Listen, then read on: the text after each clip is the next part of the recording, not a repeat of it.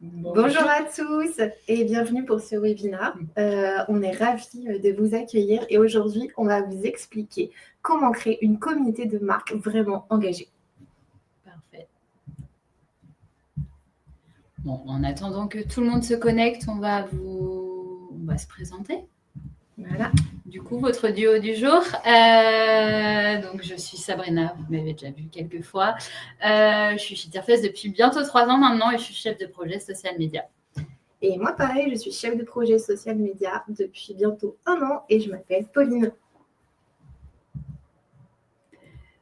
Alors, si on en revient aux origines de l'agence, si vous ne connaissez pas encore, donc Tirfest a été fondé en 2020 par Thomas, Ben et Glenn, 3 passionnés de créativité, de réseaux sociaux, vraiment d'expertise. Et puis, depuis sa création, on s'est bien développé parce qu'on a 40 collaborateurs.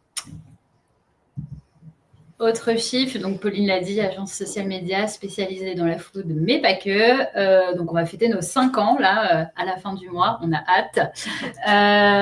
On a aussi 50 clients récurrents et donc notre particularité c'est qu'on internalise toutes les fonctions de la création de contenu avec nos chefs cuisiniers au sein de l'agence à la post-production, tout le côté opérationnel et puis le traffic management. Est-ce qu'on peut rentrer dans le vif du sujet, Tom ? Exactement. Ouais. Alors, je me mets juste dessus. J'ai perdu ma page. C'est bon. Donc oui, aujourd'hui, on se retrouve pour parler de l'engagement. On a préparé un petit sommaire. On va commencer dans le vif du sujet. Pourquoi il faut viser une communauté engagée ? Donc effectivement, avoir beaucoup d'abonnés, c'est bien. Avoir une communauté de 100 000 abonnés, c'est bien. Mais si personne n'interagit, ça n'a pas vraiment d'intérêt. Donc avoir un beau taux d'engagement, c'est quand même mieux et c'est beaucoup plus significatif. Et pourquoi il faut viser cet engagement ? En fait, ça va vraiment créer de la fidélité et de la préférence de marque. Vos abonnés vont devenir des vrais ambassadeurs, vont parler de vos produits. Le bouche à oreille, c'est la meilleure façon de fonctionner. Donc, l'idée, c'est vraiment de réussir à capter comme ça les abonnés. Ça va vous permettre de booster la notoriété. Et ça, c'est un vrai avantage concurrentiel par rapport à d'autres marques qui n'ont pas une présence régulière et cohérente sur les réseaux sociaux. Et puis, forcément, de ce fait, c'est le nerf de la guerre, mais ça augmente les ventes. Deuxième point, donc l'importance de connaître son audience. C'est primordial de savoir ce qui consomme sur les réseaux sociaux, ce qui se consomme en général. Donc pour ça, bien étudier vos personas, regarder leurs passions, regarder aussi ce que font les créateurs de contenu sur votre cible. Analyser vos statistiques aussi. Donc pour ça, vous avez chaque plateforme a sa page pour analyser les statistiques. Vous pouvez voir ce qui est liké, ce qui est commenté, ce qui est partagé, ce qui vous permet de faire le tri dans vos contenus et de ne pas forcément refaire ce qui a moins bien fonctionné le mois suivant. Et puis, comme Céline, l'important, c'est d'écouter son audience, d'être à l'écoute. Oui, on se fait des petits kiffs dans la presse, hein, clairement. L'important, c'est d'aimer. Ah non, c'est pas celle-ci. Donc, d'être à l'écoute de votre audience, en fait, à travers la modération, dans les commentaires, vous pouvez facilement détecter les attentes, les besoins de vos clients et en fait, ça vous fait un feedback direct et ça vous permet de savoir ce qui engage ou pas. Carrément. Et donc, là, on sait pourquoi, mais comment, de quelle manière créer du contenu réellement engageant. La clé, ça va être vraiment de faire marcher des émotions, en fait. C'est ce qui va fonctionner le mieux. Ce qu'on me disait tout à l'heure, c'est comme dans la vraie vie. En fait, c'est des vrais moments qui vont vous impacter, qui vont vous marquer. Donc là, jouer avec les émotions de vos abonnés, que ce soit de la joie, que ce soit du contenu vraiment authentique, basé sur le storytelling. C'est vraiment ça ce qui va vous permettre de vous démarquer. Ouais, on prenait l'exemple d'une musique, en fait. Un moment de vie, il est souvent marqué par une musique, une émotion, etc. Et c'est la même chose sur les réseaux sociaux. Si vous arrivez à marquer votre audience, elle se souviendra de vous et elle likera votre contenu. Exactement. Et quoi de mieux que la meilleure émotion que l'humour ? Là, il n'y a pas longtemps, il y avait le 1er avril. Et c'est vrai que pour le coup, chez Tirfest, l'humour, c'est quand même notre spécialité. C'est vraiment notre force de frappe. Et on s'est amusé pour pas mal de nos clients à créer des contenus spécifiques pour le 1er avril. Et celui qui a cartonné, en l'occurrence, c'est pour nos clients Coquille Saint-Jacques de la baie de Saint-Brieuc. Ça a été difficile d'en choisir qu'un seul. Oui, on a quand même eu pas mal de bons contenus pour le 1er avril. Ouais. Mais là, les contenus vraiment prank comme ça, on a déformé la réalité. On fait croire qu'une énorme Coquille Saint-Jacques a été payée. prêché. Ça a vraiment fonctionné, énormément de likes, de partages, avec un taux d'engagement là de 2,55%. Là, du coup, j'en profite, c'est important de vous dire que pour nous, le taux d'engagement, on le calcule sur le nombre total des interactions que l'on divise par la couverture et qu'on multiplie par 100. Pour le coup, les matheuses qu'on n'était pas du tout, là, on est obligé d'être au taquet. Et on n'inclut pas, nous, les vues de vidéo dans ce taux d'engagement parce qu'effectivement, ça va être... c'est facile de faire des vues avec la sponsor, mais ça ne va pas forcément être de l'engagement qualifié à proprement parler. Donc, nous, dans notre temps d'engagement, on parle vraiment de réelles interactions, donc à savoir les likes, les commentaires, les partages, les enregistrements. Et à savoir que déjà, un bon taux d'engagement au-dessus d'1%, c'est déjà bien. Exactement. Et on sait même noter les moyennes en agro. Oui, voilà, le taux d'engagement moyen dans le secteur de la food, il est d'1,5%. Et ce qui est chouette, c'est qu'en général, tous nos taux d'engagement sont quand même là dans cette 13 au-dessus. Et le taux d'engagement moyen sur Instagram pour les marques, il est de 0,6%. Donc, il est quand même relativement assez bas. Pour les créateurs de contenu, il est plus élevé, il est aux alentours de 5%.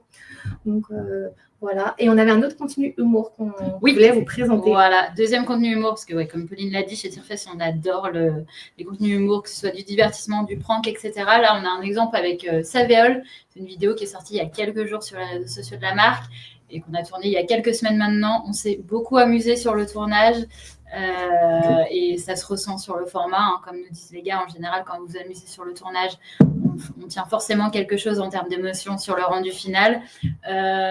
Du coup, là, on le voit sur les résultats. On n'en est qu'au début, mais elle gagne des likes de jour en jour. Et chose à savoir, en plus, c'est que sur Savéole, on arrive... Enfin, il y avait des guidelines partagées par notre chère Héloïse, qui est la chef de projet du client, mais les gars ont eu un peu carte blanche aussi sur certains plans, que ce soit Mathieu ou Loïc, et du coup au final ça donne une vidéo très cool, et puis un petit big up aussi au monteur, je crois que c'est Cédric, mais voilà, enfin bref, toute la team a fait un super taf, et au final on est content de la vidéo, et ça se ressent sur les résultats. Un super jeu d'acteur en plus. Je suis pas sûre. Ce qui fonctionne particulièrement très bien aussi, c'est le crash test. Et nous, chez Tirefest, on aime bien trouver des manières assez détournées de tester des produits. Et donc là, en l'occurrence, on a fait un petit prank pour nos clients Chronodrive.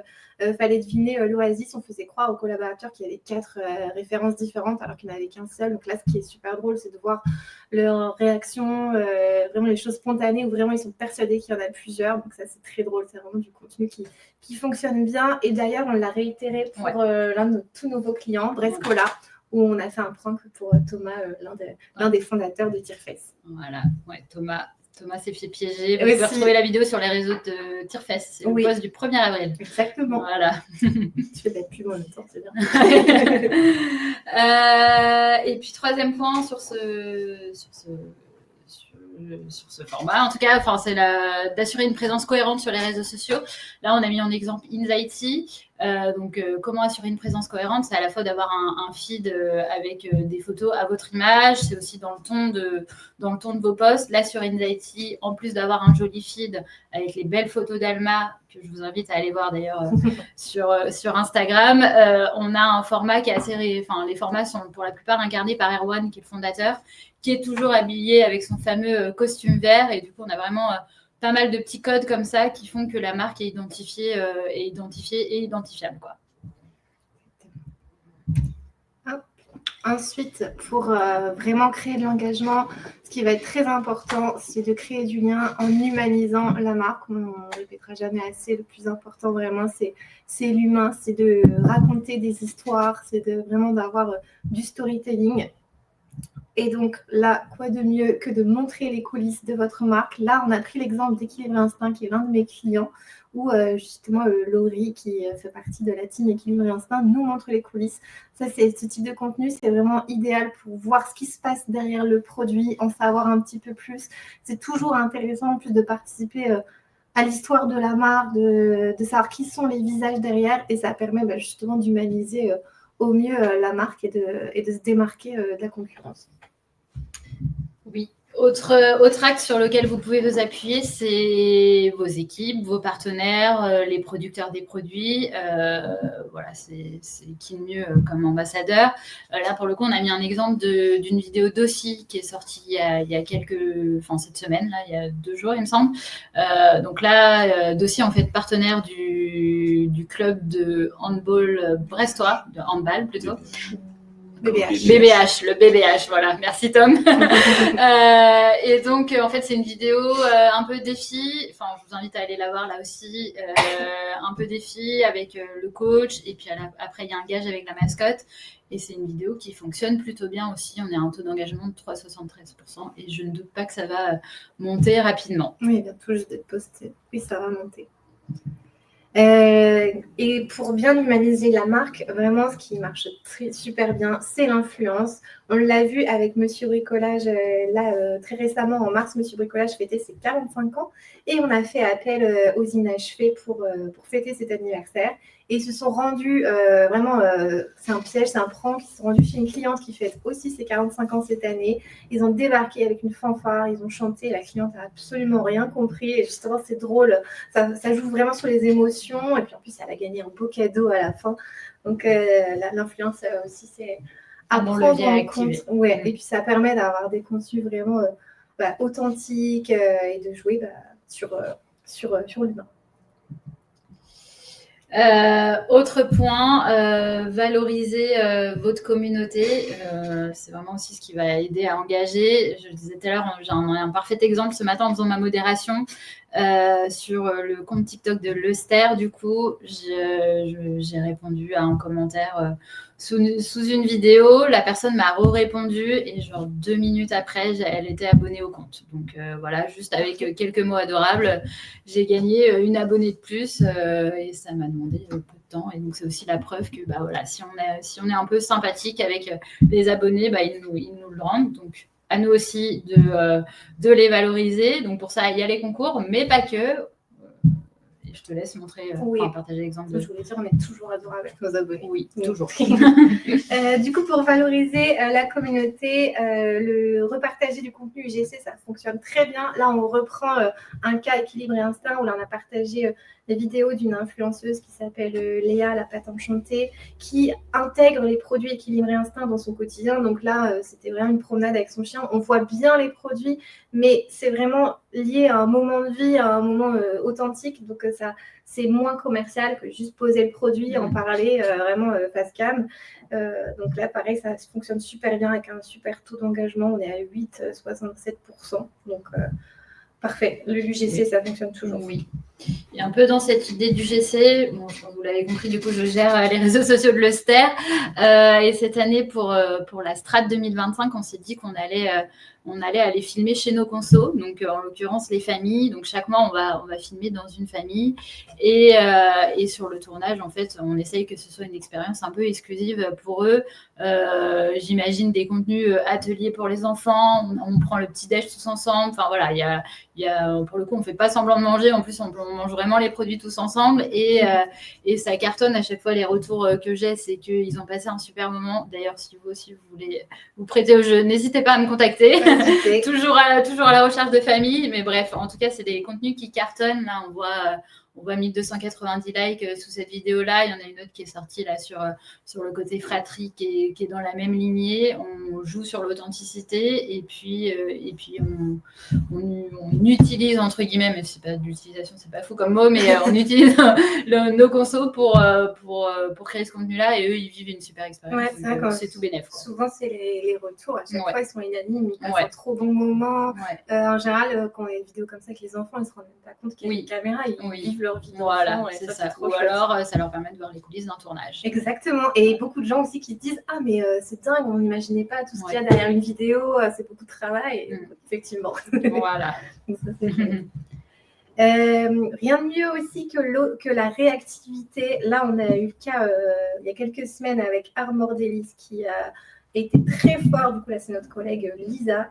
Il y a une vidéo de Kian Colandi qui a critiqué la Bretagne. Et donc, forcément, Amordélis a répondu avec une vidéo qui imagine Kian Colandi interdit territoire breton. C'est une vidéo que l'équipe a bien aimé aussi. La montée. Ça a été fait un peu de temps, je crois. Ouais, je crois que ça a été décidé le matin. Le midi, il y avait la vidéo qui était sortie. Et donc, pareil, ça a cartonné. Et ça, c'est typiquement aussi la force de Tirefest de réussir à rebondir sur l'actualité avec humour et d'être hyper réactif comme ça. Ouais. Du coup, maintenant que vous avez les recettes, est-ce que vous avez des questions? Sinon, en attendant, on a reçu 2 questions. On a reçu dans 2 la boîte à questions. Sur les stories.